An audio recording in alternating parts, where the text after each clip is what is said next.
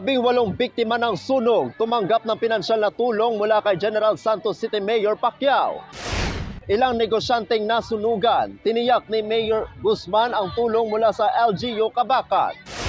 At extreme dancers mula sa lungsod ng Coronadal, panalo sa Talakudong Street Jam Battle 2024. Yan ang ulo ng mga balita sa Stock Surgeon Headliner.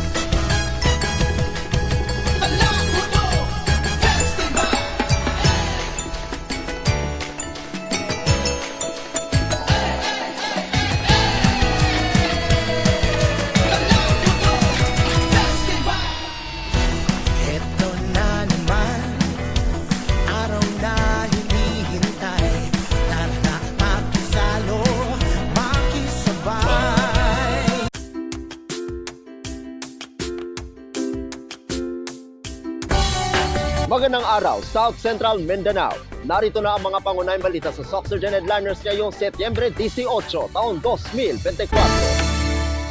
18 biktima ng sunog tumanggap ng pinansyal na tulong mula kay General Santos City Mayor Pacquiao.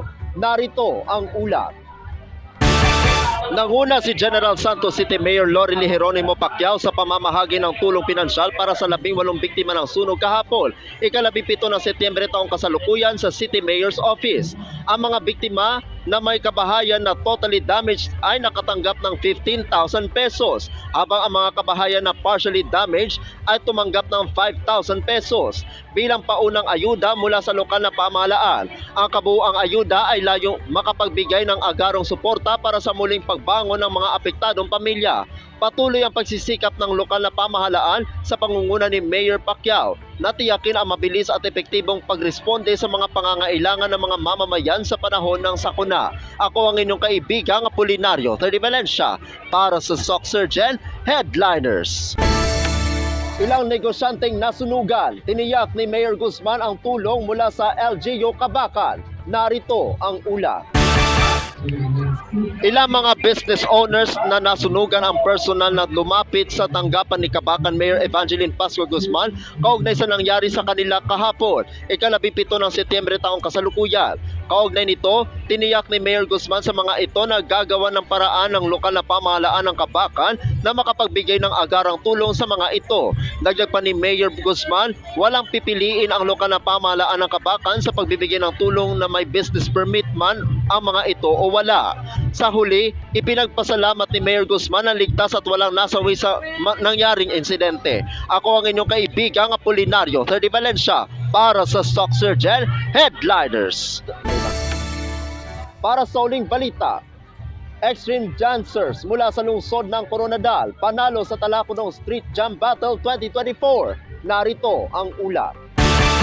Naging maingay kahapon ng Tacloban City Cultural and Sports Center dahil sa Street Jam Competition 3.0 na ginanap na lumahok ang 15 kalahok na mula pa sa iba't ibang panig ng bansa na meron na galing pa sa National Capital Region, Iloilo, Leyte, lungsod ng Davao, lungsod ng General Santos, lungsod ng Coronadal sa lalawigan ng South Cotabato, lungsod ng Cotabato, lalawigan ng Cotabato at iba pang lugar. Sa nangyaring aktibidad, panalo ang extreme dancers na mula pa sa lungsod ng Coronadal, lalawigan ng South Cotabato na nag-uwi ng 200,000 piso na perang gantimpala.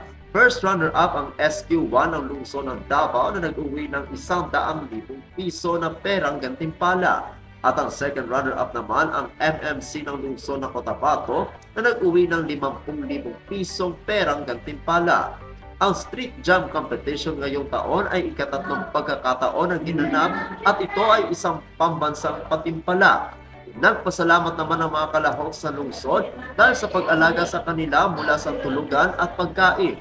Dumalo sa aktibidad si Tacloban City Mayor Joseph George L. Choncito, MDTPA, City Councilor Harvey Legas, Honorable Ralenta Bosares Bernardo at SK Federation President Aris. Ako ang inyong kaibigang Apolinario Carnivalencia para sa Sock Surgeon Headliners.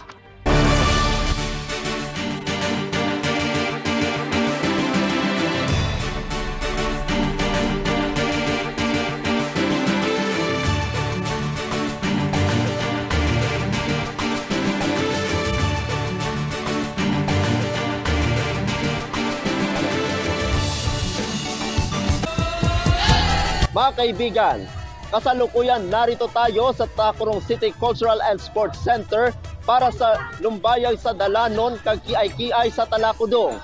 Ngayon ang huling araw ng pagdiriwang.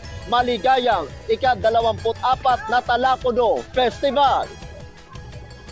At yan ang kabuuan mga balita sa araw na ito. Mga balitang kailangan ninyong malaman, balitang walang kinakampihan, balitang totoo, balitang may dalang aral at inspirasyon. Ito ang Sock Surgeon Headliners. Hanggang bukas, maraming salamat at magandang araw, kaibigan.